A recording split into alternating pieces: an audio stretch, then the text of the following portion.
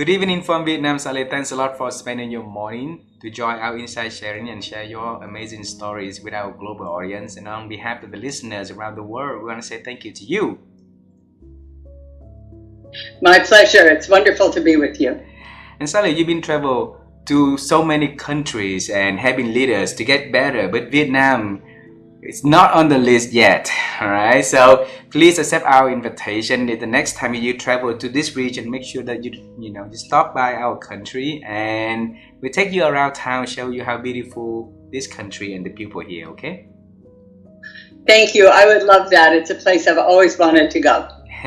Your friend came here not once, many times already, so he should have a lot of good stories about our country for you to motivate you and inspire you to come. But I give you a little taste about our culture first. All right, so in our culture, it's very honor for our audience to have you to do a little introduction about who you are and the work you are doing. Would you please do that? Of course I would. I'm Sally Helgesen, and I am an author and a speaker, and I do some leadership coaching. I have worked in countries all around the world. My primary fields have been women's leadership and inclusive leadership, which I was really the first to write about and brought that word, that language of inclusion into the world of organizations and business. So very proud of that. And I've watched extraordinary changes because I've been in these fields and actively working in them for 37 years or so. So it's been quite a journey, and I've watched amazing changes take place. So those changes are all part of my story. So you have a phenomenal career. You have amazing people to get more amazing, all right? You introduced to us in less than 2 minutes, and it's not fair for our audience. So this conversation, we're gonna tangle together to unveil the story, okay? So allow us to travel time, shall we? Would you? Of course. All right. So when I was a little boy, I always wanted to become an astronaut. So wearing the suit and jumping different planets seems very cool, and I really enjoyed that idea. But life didn't give me any idea, any chance to do the thing that I wanted to do when I was a little boy. So for Sally, when she was a little girl, what was her dream about herself in the future, though? I always had one dream, and that was to be a writer. That's how I saw myself as a little girl. It's what I did in high school and in college.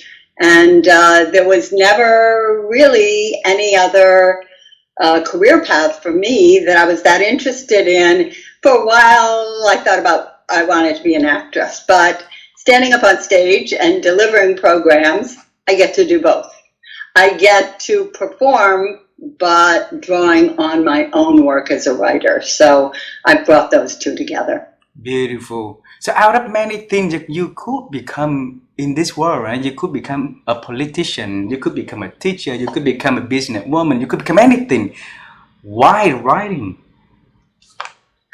I guess it's because I love to read, and I think that that's what inspires most writers, is that they have books they feel very attached to as children, and they want to stay in that world of words and writing. So I think that is what motivates many people who become writers. They just fall in love with books when they're young children and want to read, and then because you want to do what you love, you want to write. Wow. Was there anybody in the family become the influencers for you when you were little and then motivate you to, to take that path?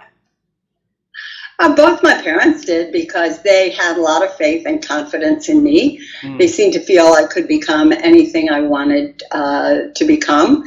And because they kept our home filled with good books and were always, especially my mother, was always recommending books that I would read, books she had read as a child. We'd go to, in our town, our little town, which was Kalamazoo, Michigan, they would have a bookmobile. It was like a traveling truck that would come on Friday nights and set up at the school with lots of books. And we'd go over there and we'd all select the books we wanted to read that week. So they gave me a lot of confidence and inspiration, even though no one in my family had really ever been a writer. They were all teachers. People in my family were lawyers and teachers. Lawyers and teachers. So, yeah.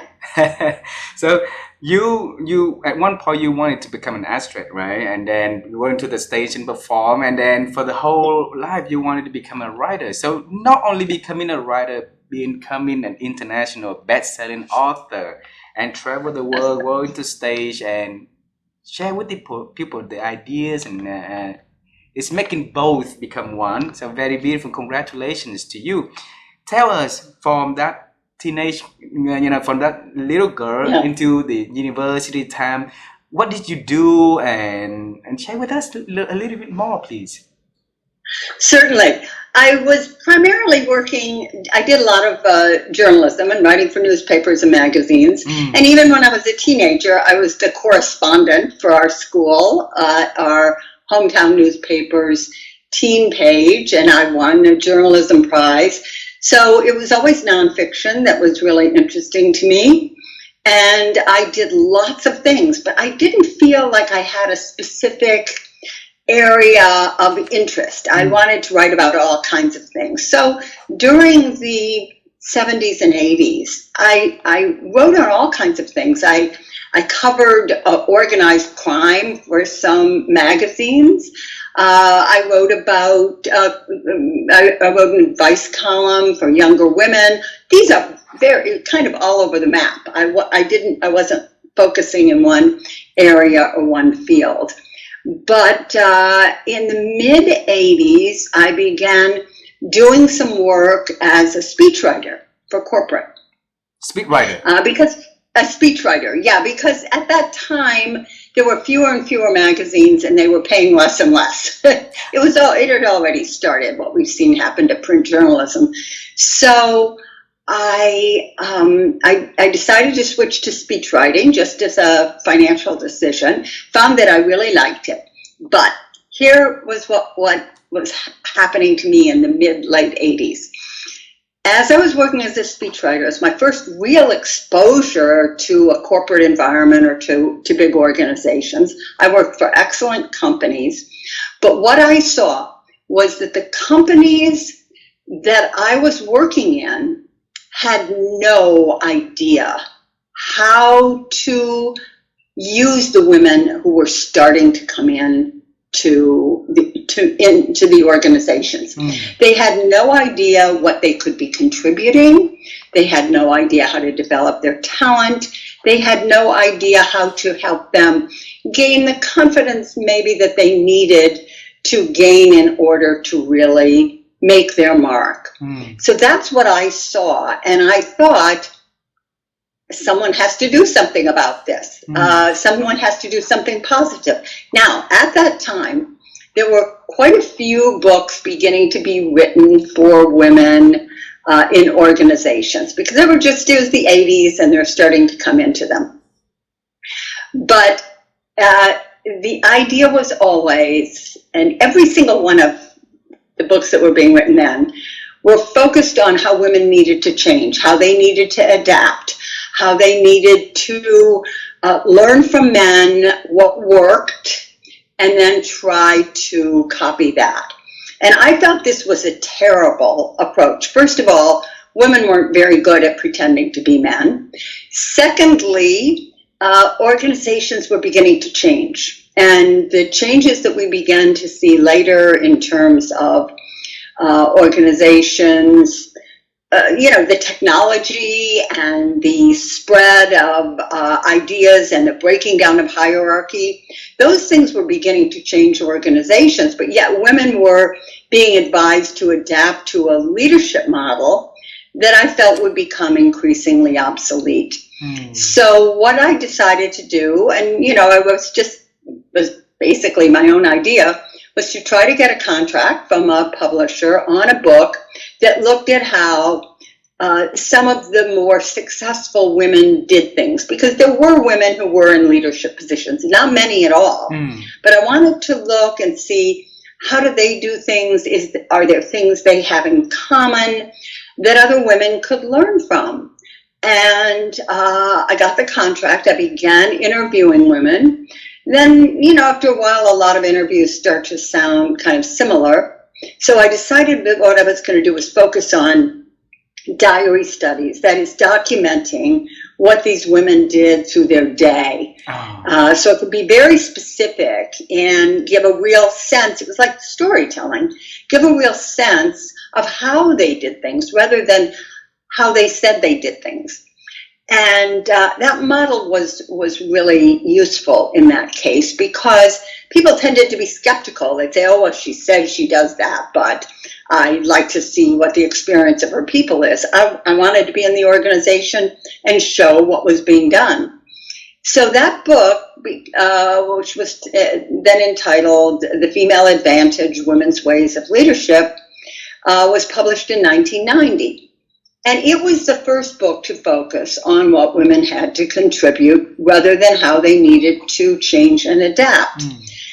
And I believe that because it was the first, there was nothing like that and nothing had been written like that, it became very successful and very popular and had a lot of influence. And I knew it almost from a couple days after it was published, because I started getting these letters. We got real letters through the mail in those days. I started getting these letters from women saying, this has shown me I have a leadership style, or I always thought I did things wrong because it's not the way that my father did things, but now I believe that I have something different to offer and I can be successful or a leader on my own terms. So women were feeling a tremendous amount of confirmation because of this. It was kind of ironic to me because my idea had been this book would be for organizations to help them understand what women had to contribute, but it wasn't having that impact. It was having the impact upon the women themselves in terms of their confidence. So, because that book became popular, I started getting a lot of invitations to come into organizations and speak to the women and do a program. And there was no budget for these hardly at all at that time. But I felt, well, it's a good way to sell books and I can make the book and keep the book successful if I do this. So I ended up quitting the very good job that I had doing speech writing and full-time writing on the subject, continuing writing articles and adaptations from the book, but also doing a lot of speaking. And it was the first time I'd done public speaking. I didn't really, I had to learn on my own. But it was the right thing to do. And I sort of knew in my heart that it was the right thing to do, that this was an idea and this is important for anybody who has a sense of following their own path or dream. I had the belief that this was an idea whose time had come and that it needed somebody to stand behind it, and that because I'd written this book, I was that person. So I saw it as taking responsibility for supporting what I put out in the world and stepping up and stepping out. And to that end, I worked on becoming a better speaker and then eventually started doing workshops. And my whole career pretty much unfolded from that. I'd been doing a lot of writing and various different things before that were helpful and certainly prepared me. But with that switch that I made and that idea in 1987 to do the Female Advantage, then my whole career began to have this shape. That really, it was a shape that reflected my interest, which is in the experience that people have at work, and the experience individuals have at work, and the extent to which they feel they can have fulfilling careers and reach their highest potential, and what is going to be helpful to them in that. So the Female Advantage, that kind of made the career. one of the things that I was aware of in that book is that the women often used, the women that I studied, who were women who were extraordinary leaders, they often, were very interested in including people rather than leading in a hierarchical way. So I called my next book The Web of Inclusion, which was about organizations that were good at getting sort of maximum ideas from people at every level. And that started the whole theme of inclusion. So since then, I've written in 6 more books and lots of articles and lots of programs, but they've all kind of come from that interplay between women's leadership and inclusive leadership. Beautiful, beautiful. I want to bring you back to the 1987. Okay. Yeah. That is the starting of all the change, right? And you mentioned in here, in the mid 80s, that young girl Sally, innocent Sally, also put it that way, all right, came to the corporate world as a speechwriter and start to realize something is not working properly. All right. Yes. And back then, there's a lot of women went to work also. They also witnessed something that not working properly, but not a lot of people start to do something. So I note down in here that you said that someone had to do something, and you decided to do something. All right. So just tell me how a day looked like back then for you when you came to work and you start to realize that woman was underestimated, woman was undercontributed, and you want to make that change. Tell me. What it looked like to me was the experience I had of very low expectations and pushback from more senior men around me, many of whom I liked and felt were very good at what they did. Let me give you an example. Please. I was sitting in a meeting with a very senior team. I was supporting I believe the chief financial officer. I was there to write a speech for him. So I was sitting in this meeting, and they were talking about various ideas they had to try to get, raise the company's profile and attract a pool of talent that would be broader and more informed. And I had an idea for this. It was basically an idea that I'd had because I was speaking to one of my sisters the night before, and she was a high school teacher, and in her community, a local corporation had supported some of the high school students in an initiative. So I made the suggestion, I said that I talked to my sister and she had said this, and I made the suggestion that we consider something similar. Well, first of all, I wasn't really in a position to bring that up. I was there, to support my guy, my senior executive, but it just seemed like a very good idea to me. And so I raised it in the meeting. Absolutely no one responded at all. It was as if, I didn't exist. No. No one responded. Okay. And I was surprised, but in another way, I wasn't surprised. I was the most junior person in the room. I was the only woman in the room, and I didn't really have a speaking role. I just thought I had this great idea and people would be excited by it, which they were not. So as I was walking out of the room, my boss's boss came up behind me, and he said in a really insulting tone, he said, "Well, you certainly aren't afraid to share your opinions, are you?" And trying to make me feel bad. And for whatever reason, and this was, I think, one of the most important moments in my life in terms of having a voice of my own, I responded, "No, I'm not." In other words, I didn't say, "Oh, I'm so sorry, maybe I spoke out of turn." I didn't apologize. But I wasn't defensive. I didn't say, "I have a perfect right to," no, I didn't do either of those. I just said, "No, I'm not. No, I'm not afraid to share my opinion." And he walked off like shocked and alarmed and upset. And I thought, okay, I'm going to get fired here. I've insulted, my boss's boss thinks I'm a jerk. And but that didn't happen. Wow.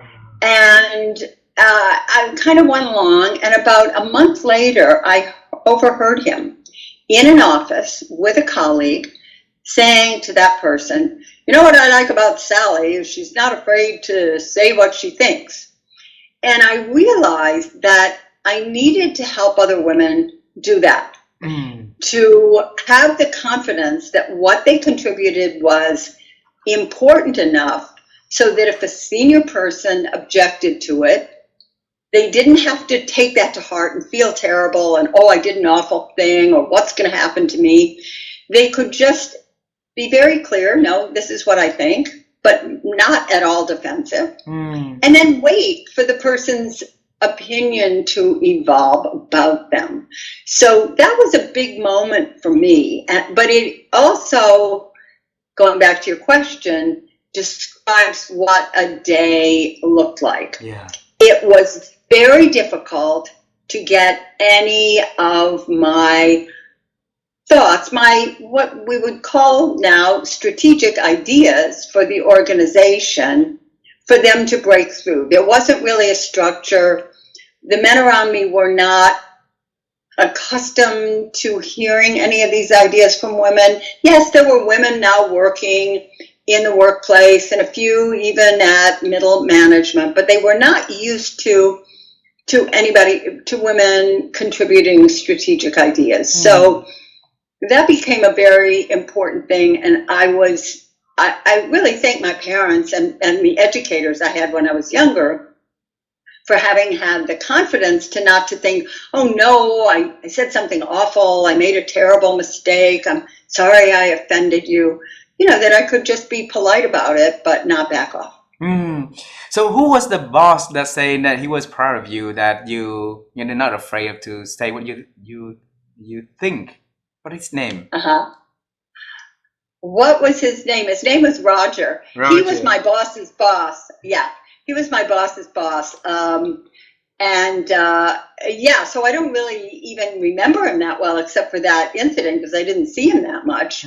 But his name was Roger. And, we later became, I can never say friends, but it was clear later on that he respected me. My job was very hard at that point because I'd made the decision about writing the book that became The Female Advantage. So on one hand, I was working full-time as a speechwriter, and then I was going home and trying to write this book. So it was a little tough. Well, I think that he contributed to this journey very beautifully. He could have done, the way that many other bad leaders could have done back then, right? But then he chose to do differently. He chose to respect the idea and the right for you to say how you feel and stuff like that. And that encouraged you to start not only to continue the path, but also help other women to grow in the path also. That's true, but he didn't at first. I mean, he really pushed back against me and found my, even suggesting this idea to be very insulting. It was just later, I think, when I had to some degree earned his respect by not backing off and by not being defensive, that he could see that I had some value. So we had to have that rather painful encounter before he began to, I would say, open up. Wow. And I read the book, The Big Magic, from Elizabeth Gilbert, and she said that when ideas comes, and if you don't capture the idea will go away and go to somebody else, right? So the idea for you to write the book about the women and helping them to raise their voice, that brings the first success also. And another one is for you to write about inclusion, so which is truly, really, really booming when COVID-19 happened, right? So the whole world started talking about the diversity, equity, and inclusions. But 20-something years ago, you started to write about that. And that's the first book on inclusion. So tell us, how did you form up that idea? Well, it was, this is how I came up with the idea. The name of the book that I wrote was called The Web of Inclusion. And I was having lunch with one of the women who I was doing a diary study of for the Female Advantage. I was having lunch with her. It was after the book, after the Female Advantage had been published. I was having lunch with her at her club. And in New York City clubs at that time, you could not have what they called visible paper. You couldn't have a pen and paper out. You couldn't have a newspaper. You're just supposed to only be in conversation. So she was explaining to me a little bit of the structure of her organization and how she had restructured it to not be a hierarchy. And she was explaining, and then she said, let me show you what I mean. And she started taking salt and pepper shakers and knives and forks and glasses and all the things that were on the table. And she put them into various round concentric circles with forks and spoons making connections between them. And she said, so this is kind of what the structure looks like. I want a structure where people can feel that they're part of something bigger than themselves, where they're constantly drawing in closer to the leader, and where they have relationships at various levels, and they have the possibility to do that. And I said, it looks kind of like a spider's web. And she said, oh, yeah. She said, I guess you could call it a web. And I walked away from that lunch thinking, it's a web of inclusion. So really, I got that, metaphor and that phraseology from her having made this little map of a non-hierarchical organization on a tabletop with spoons and salt and pepper. And it was a good title, and it got recognized right away. Here's what's interesting. What I meant by inclusion at that time was an organization that was good at getting strategic level ideas from people at every level. Very similar to what happened to me in the speechwriting days when I was not at a level to express a good idea and it got shot down. I was looking at organizations that had the capacity to do that, to say, wow, that's a really good idea. That came from, I remember writing about Nickelodeon in the book, The Web of Inclusion. The idea for its most popular show came from a receptionist. So that's what I was looking at. How do you get good ideas from people at every level? It had nothing to do with diversity, nothing. But about 2 years later, the book came out in 95, so about 97, organizations began for the first time having diversity initiatives. Wow. And they called them diversity and inclusion because they recognized that inclusion had to be part of diversity. So that really wasn't the idea in the book, but I was very fortunate to benefit from that connection, because having put the word of inclusion out there, then diversity and inclusion initiatives all began including me and my work and that book in their programs and in their training. So that was fortunate.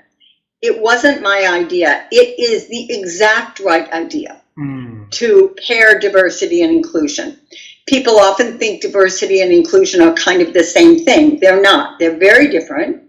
Diversity means that you've got, a diverse talent pool. Diversity defines the nature or the reality of the talent pool that most organizations have to work with today. Whereas inclusion, I believe firmly, and I think this is now a fairly widespread belief, inclusion is the only really reliable means by which to lead and manage a highly diverse workforce, for the simple reason that people who come from outside the leadership mainstream are more likely to feel and to be excluded.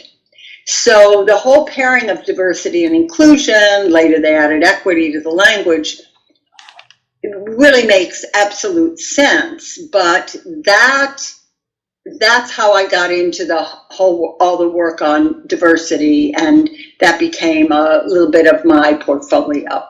And of course, what was so interesting is this really started in American companies that were becoming more diverse, but now it's a worldwide phenomenon.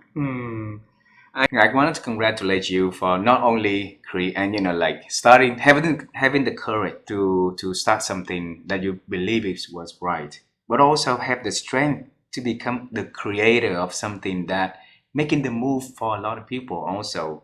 And the whole world is really onto inclusion. It needs to have somebody to start it first. So the shift was started in 1997 by you, even though back then the web the term web inclusion was not exactly what you envision it's supposed to be, but it's starting something. You see the creating, yeah.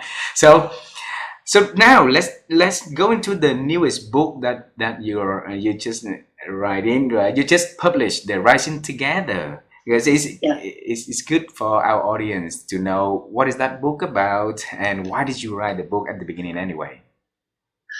Well, it's interesting because How Women Rise, which is the book that I wrote with Marshall, which had such a huge international success, that I really saw as the fulfillment of what I began thinking about with the female advantage. Whereas Rising Together, I see as the fulfillment of what I started thinking about with the web of inclusion.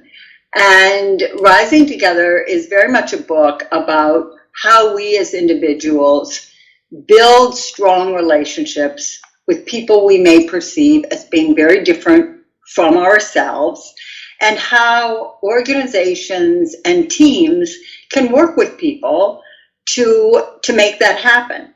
What I believe now, as we've been talking about, I've been exposed to diversity and inclusion efforts in organizations from the very beginning, from the time they started in the mid-late 90s. And I had become increasingly convinced that we're a little bit on the wrong track with it, because so many organizations have focused on unconscious bias and identifying unconscious bias. And it seemed to me that we were overlooking the very important role of inclusive behaviors. That's how people feel included, because of how other people behave. That determines our experience, not the thoughts that are running through people's minds. So I wanted to look at how we can use the idea of inclusive behaviors to create more inclusive and thus high functioning teams, business units, organizations, and what is the role for individuals? We can't all outsource this to HR. We have to be part of this effort. So what can individuals do to build these relationships? What can organizations do to encourage that? What kinds of programs, initiatives, and trainings are going to be most useful in really making inclusion work and avoid all the kind of political pushback? And so that was the idea in Rising Together. And of course, I loved the language of rising, and it had worked so well with How Women Rise. And I began calling my Substack, my weekly newsletter, All Rise. So I wanted to stay with that language of rising, and I think it works very well. The inclusive behaviors are really specific, but also I identified something, and this goes back to the influence of Marshall Goldsmith's work on a lot of what I've done.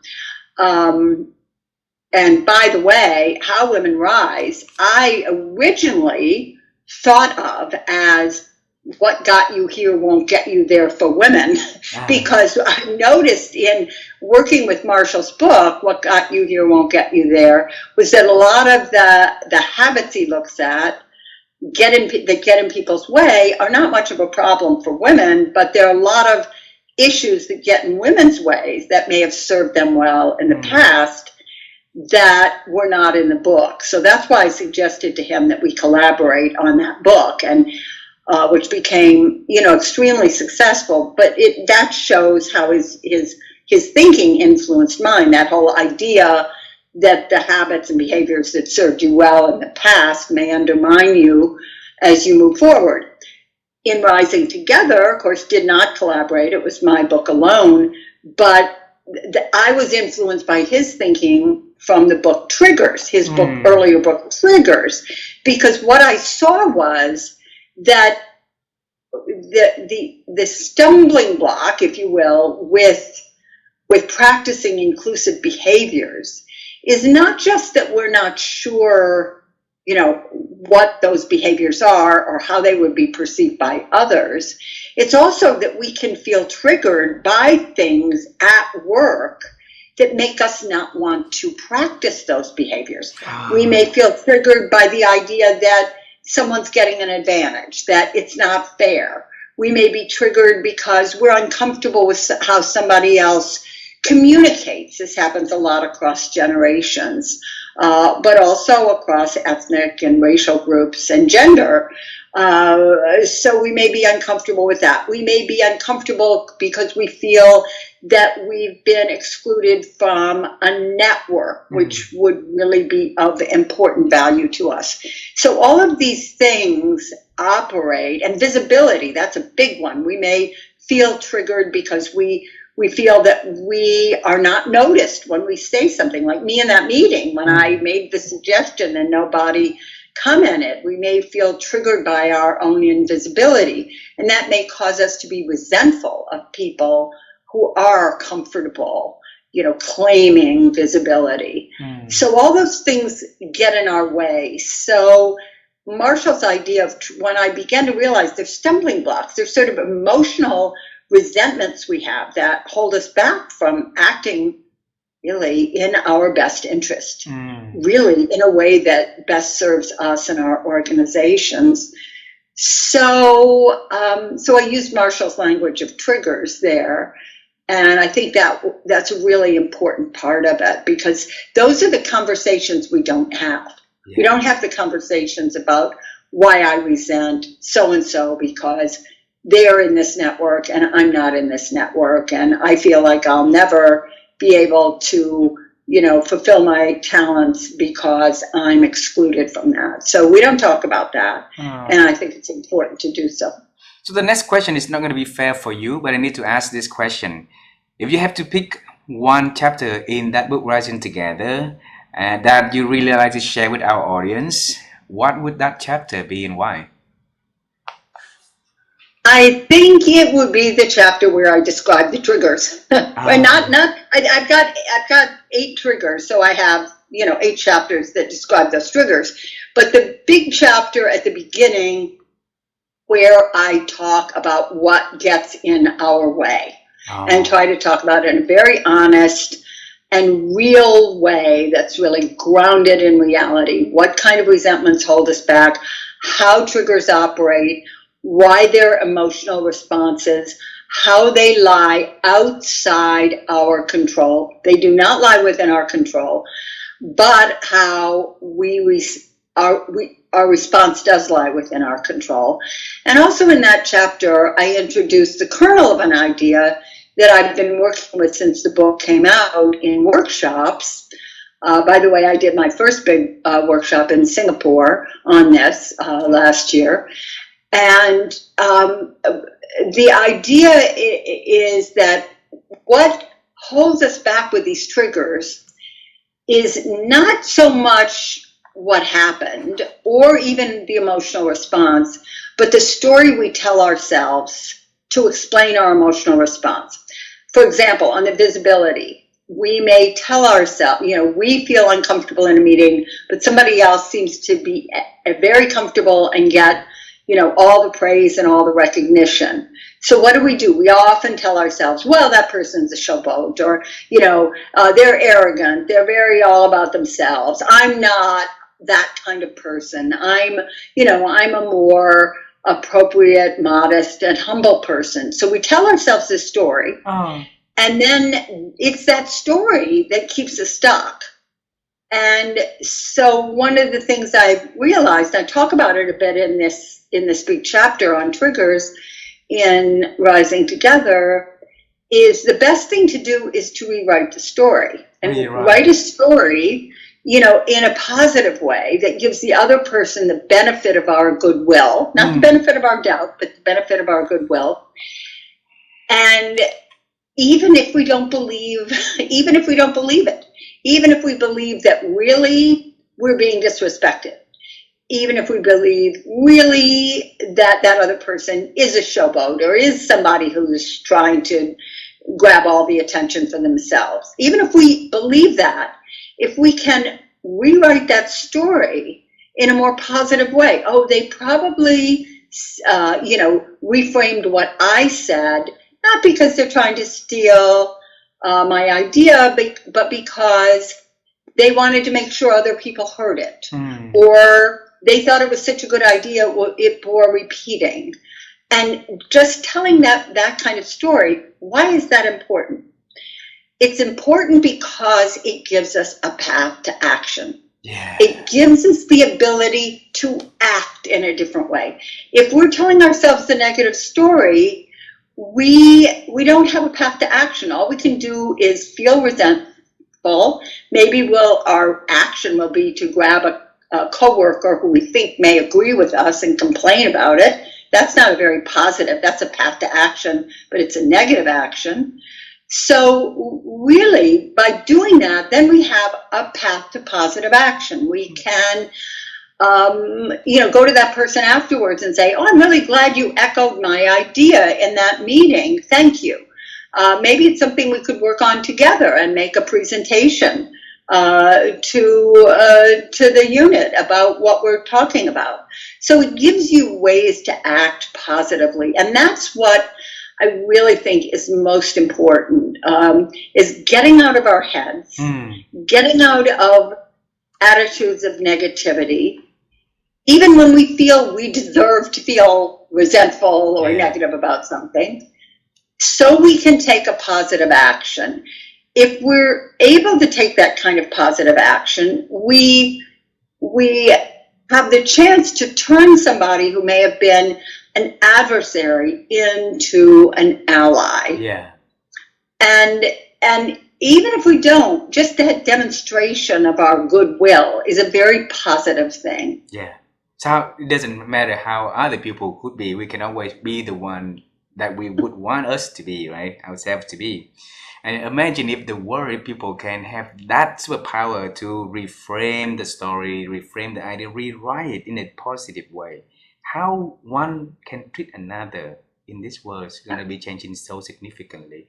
So I think that that's the rising together is going to be another superpower tool that can help people to go to the next level where we can truly work together. Because the world over the years had been promoting for individualism for so long, and it needs a lot of, antidotes to help people to get out of that and start to see, yes. I have 3 last questions, actually 4 last questions for you, but let's start by the one important one first. My wife and I, we've been travel and interview a lot of people and asking them how amazing people think, because we believe that if we can help people to improve their ability to think by simply asking amazing people like you the secret of thinking and how you expand the thinking so other people can learn and apply in their life, that can help them to start the change in a positive way. So Sally, I'm asking you this question: how have you been growing your ability to think? I've been growing my ability to think in 2 ways. One is by expanding the reading I do, and I do very wide reading, and so that's always keeps my ideas stimulated. Again, as a writer, you're stimulated by books, but also by talking to colleagues and people I work with, and really trying to ask them questions about issues that I'm dealing with in my work or that I see people dealing with in their work, and how do you handle it, and what have you had success with, and trying to keep these conversations very, very positive, staying away from the kind of conversations where you're lamenting things or, oh, people today just don't, or whatever, trying to stay on very positive conversations and be curious about the experiences my colleagues are having. Beautiful, beautiful. The next question is about the past again, but now you travel down to the past to see yourself. Okay, so there will be 2 points in life that I want to carry back. The first point is when the little Sally first picked the book that inspired her to become a writer. Okay, so if you had the chance to talk to that Sally, little girl, what message would you talk to her? It would be to have faith and confidence in yourself, number one, but also to find a really powerful way and a concise way to articulate what it is you want to contribute. I think that's one of the things we can all benefit from, is having a real, very firm sense of what is the specific thing we are trying to contribute to the world. And the way I kept thinking of it was, I want to be a writer. Okay, that's fine. But that doesn't let anybody know what I'm trying to contribute, how I'm trying to change the world. And I would have said, start thinking about that early so you can be clear about it. Beautiful. So the next one is when you're in that ballroom and the leader, Roger, ignore your idea and everybody ignore your idea. So if you had a chance to talk to yourself at that moment, and what message would you tell to that Sally? I would say, don't be defensive. Don't be offensive. Which I wasn't. And don't feel insulted, but don't apologize. You didn't do anything wrong. I think that what amazes me is that at that moment, and I guess I was 35 or something, that somehow it just came out of me to say, no, I'm not afraid to say what I think, in a perfectly nice, normal way. So what I would say is, good response. Stay with that. Stay with that kind of response. Yeah. Okay. Wonderful. I know the time is coming to the end. So the last question is, I want to do it quick. Okay. So it's not fair if I don't take you to the future, Sally, because we travel time in the past, the present. You need to go to the future a little bit.